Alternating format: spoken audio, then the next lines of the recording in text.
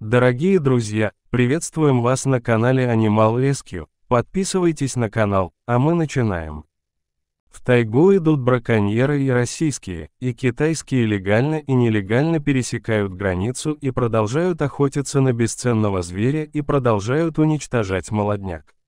Однажды случилась такая история. Владимир ехал по дороге. Где-то под Хабаровском, подъезжая к небольшому населенному пункту, заметил, что на дороге образовалась пробка. Это небывалое событие в этих местах. Наверное, авария, подумал мужчина. Остановился. Вскоре за ним притормозили еще несколько машин, пробка не двигалась. Владимир торопился домой, его собака стала заметно нервничать, видимо, уже хотела в туалет. Мужчина прицепил поводок и вышел из автомобиля. Прошел немного вперед, чтобы разузнать, что там случилось, когда пробка освободится. Когда он подошел ближе, то очень удивился. Поперек дороги лежал огромный тигр. Животное было довольно большое. Невозможно было различить, тигр это или тигрица. Полосатый хищник лежал поперек дороги, загораживая собой проезд. Дорога была довольно узкая, обочины почти не было, а сразу за дорогой по обе стороны были глубокие канавы. Так что не объедешь. Ощущение было такое, что тигр специально выбрал именно такое место, чтобы привлечь к себе внимание. Сначала Владимир подумал, что зверь ранен или сбит машиной, но нет, он лежал в свободной позе и ровно дышал. Чего добивалось дикое животное, сложно было предположить. Возможно, просто решил погреться на теплом асфальте. Ему было безразлично, что он доставляет неудобства людям. Владимир решил вернуться к машине, пока хищник не заметил его и собаку. Вдруг Альма рванулась, выдернула поводок и побежала к животному. Она подскочила к тигру и стала лаять на него. Тигр вздрогнул от неожиданности, но не пошевелился, лишь немного потянул нос к собаке, чтобы понюхать. Собака завиляла хвостом и тоже понюхала морду тигра. Вдруг хищник встал и пошел во враг, ускоряя пружинистый шаг. Альма увязалась за ним. Владимир, забыв об опасности, выскочил на дорогу и стал звать собаку, но тщетно. Он кричал, звал, отдавал какие-то команды. Ком подкатил к горлу, слезы стали душить его. Ну что же такое, зачем только он вывел Альму на улицу? Что же ему теперь делать? Как жить? Собака его любимая собака. Мужчину вывели из этого состояния гудки машин, которые не могли проехать уже из-за его автомобиля. Давясь слезами, он вернулся в машину и поехал дальше. Он очень спешил после разговора по телефону с начальником. Его ждал на работе начальник, который и слышать не хотел, чтобы дать ему отпуск за свой счет. Только посоветовал просто купить новую собаку, ведь тигр все равно съел Альму. «Поводок держать надо крепче было», — говорил начальник. Владимир еле дотерпел до выходных. В пятницу же, несмотря на вечер и уже сгущающиеся сумерки, загрузил походное снаряжение в багажник и поехал на место происшествия. Припарковал машину чуть дальше и пошел в лес туда, куда убежала собака. Пробирался через заросли, подсвечивая дорогу фонариком до тех пор, пока вокруг совсем не стало темно. Выбрал место, поставил палатку, лег спать, чтобы с восходом возобновить поиски. Он твердо решил разыскать свою собаку во что бы то ни стало. Он не уйдет из тайги без своей собаки.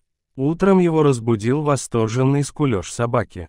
Она бегала вокруг палатки, пыталась пробраться внутрь. Владимир не мог поверить, что все обошлось так легко и просто. Теперь он никогда не отпустит свою любимицу. Как же она провела 2 ночи в лесу без него? Он открыл палатку. Мокрая, грязная, вонючая собака ворвалась в тесное пространство и стала облизывать ему лицо и руки. Даже поводок был на месте, хоть весь ужасно грязный. Выбравшись из палатки, Владимир стал осматривать Альму. Не ранена ли она, как ей удалось вырваться от тигра? Собака была цела и невредима. Она вдруг взяла его зубами за штанину и стала тянуть, как будто звала куда-то. Владимир последовал за ней. Бросив все в палатке, они довольно долго шли дорогой, которую показывала собака. Вскоре показались палатки, какие-то строения. Странно, подумал Владимир. Он вроде достаточно хорошо знал здешние места. Никакой деревни здесь быть не должно. Да и на деревню это все было мало похоже. Мужчина привязал собаку на поводок и стал пробираться осторожнее. Он понял, что Альма звала его именно сюда. Это явно незаконное поселение. А значит, тут ему будут не рады. Спрятаться тут кто угодно может. Скорее всего, это браконьеры или может быть еще кто-нибудь, кто желал бы скрыть незаконную деятельность. Место было выбрано почти идеально, не так уж далеко от дороги, что позволяло осуществлять транспортировку чего бы то ни было. В то же время останавливаться здесь просто так вряд ли кому-нибудь пришло бы в голову. Два довольно больших холма закрывали импровизированное поселение от посторонних глаз.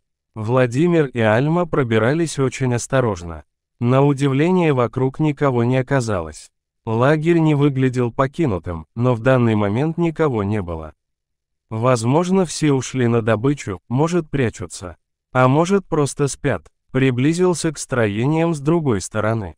Они напоминали землянку, а спереди были выставлены металлические решетки в буквальном смысле слова. У Владимира волосы встали дыбом от увиденного. Это были вольеры или скорее клетки. Одно было набито шкурами разных животных. Другие были пусты, а в последнем в грязном углу лежало что-то полосатое. Расстояние между самодельными деревянными прутьями, сделанными из стволов молодых деревьев и вкопанных в землю, было довольно крупное. Альма с легкостью протиснулась туда и натянула поводок, который ее хозяин уже боялся выпустить из руки, стала толкать носом Владимира. Тот понял, что это тигр, но не мог понять, молодой или взрослый. Альма принялась тормошить животное, лизать его в морду, полосатый проснулся и нехотя зашевелился. Оказалось, что это не один, а два тигренка, которые прижались друг к другу и старались согреться. Даже без осмотра было понятно, что они истощены и скорее всего обезвожены. Владимир почувствовал, как в нем закипает злость и негодование. Зверята подошли к решетке и хотели протиснуться. Видно было, что они делают эту попытку не впервые. Однако они были уже слишком большие, не могли выбраться. Малыши стали призывно рычать, где-то из лесу почти за спиной Владимира раздался ответный рык. Владимир повернулся, увидел того самого тигра, который лежал на дороге. Вот теперь стало понятно, чего хотело животное. И все-таки это была тигрица. Мамаша поспешила на помощь своим детям. Она не смогла освободить детенышей. Зато Альма согревала их своим теплом две последние ночи. Тигрица не подходила ближе к Владимиру. Она не доверяла человеку. Альма снова вырвалась у Владимира из рук и побежала к тигрице. Собака показывала ей головой в сторону человека, поскуливала и виляла хвостом. Всем своим видом Альма старалась показать тигрице, что она привела помощь, сейчас все будет в порядке. Владимир одним ударом ноги выбил деревянную опору и выломал несколько прутьев, тигрята были свободны. Вот только идти они не могли, ослабли. Владимир, опасаясь, что тигрица неправильно поймет его действия, подобрал мешок, который оказался поблизости, скинул туда тигрят, закинул на спину мешок и пошел в сторону палатки. Альма бежала за ним. Владимир донес свою ношу до машины, минуя свою палатку, тут было некогда мелочиться, он даже не стал завозить Альму домой, а срочно поехал в ветклинику. Оказав малышам первую помощь, их отправили в реабилитационный центр. Владимир сообщил в полицию о местонахождении лагеря браконьеров. Полиция приехала как раз вовремя, чтобы арестовать вернувшихся негодяев. На сей раз, к счастью, они вернулись с пустыми руками. Владимир согласился выступить свидетелем. Когда он собирал в лесу свою палатку, то прямо за спиной ощущал, как на него из тайги с молчаливым укором смотрит тигрица. Лишь когда он покинул место своей ночевки, то услышал вслед тоскливый крик матери, потерявшей своих детей. Владимир отслеживал судьбу и состояние здоровья своих найденышей. Тигрята быстро шли на поправку. Владимир настоял, чтобы выпустили их природу там же, где он их нашел. В назначенный день он вместе с Альмой, с работниками центра привезли тигрят на место. В лесу было тихо, надо было сообщить тигрице, что детеныши прибыли. Словно прочитав мысли хозяина, Альма принялась лаять на весь лес. Довольно скоро из леса раздалось рычание, потом еще хищница явно приближалась. Люди открыли довольно быстро клетку с тигрятами, и они вырвались на такую долгожданную свободу. Тигрица обнюхала каждого тигренка, лизнула, окинула людей благодарным взглядом и увела своих детей в тайгу. Владимир после этого случая стал частенько помогать работникам реабилитационного центра диких животных.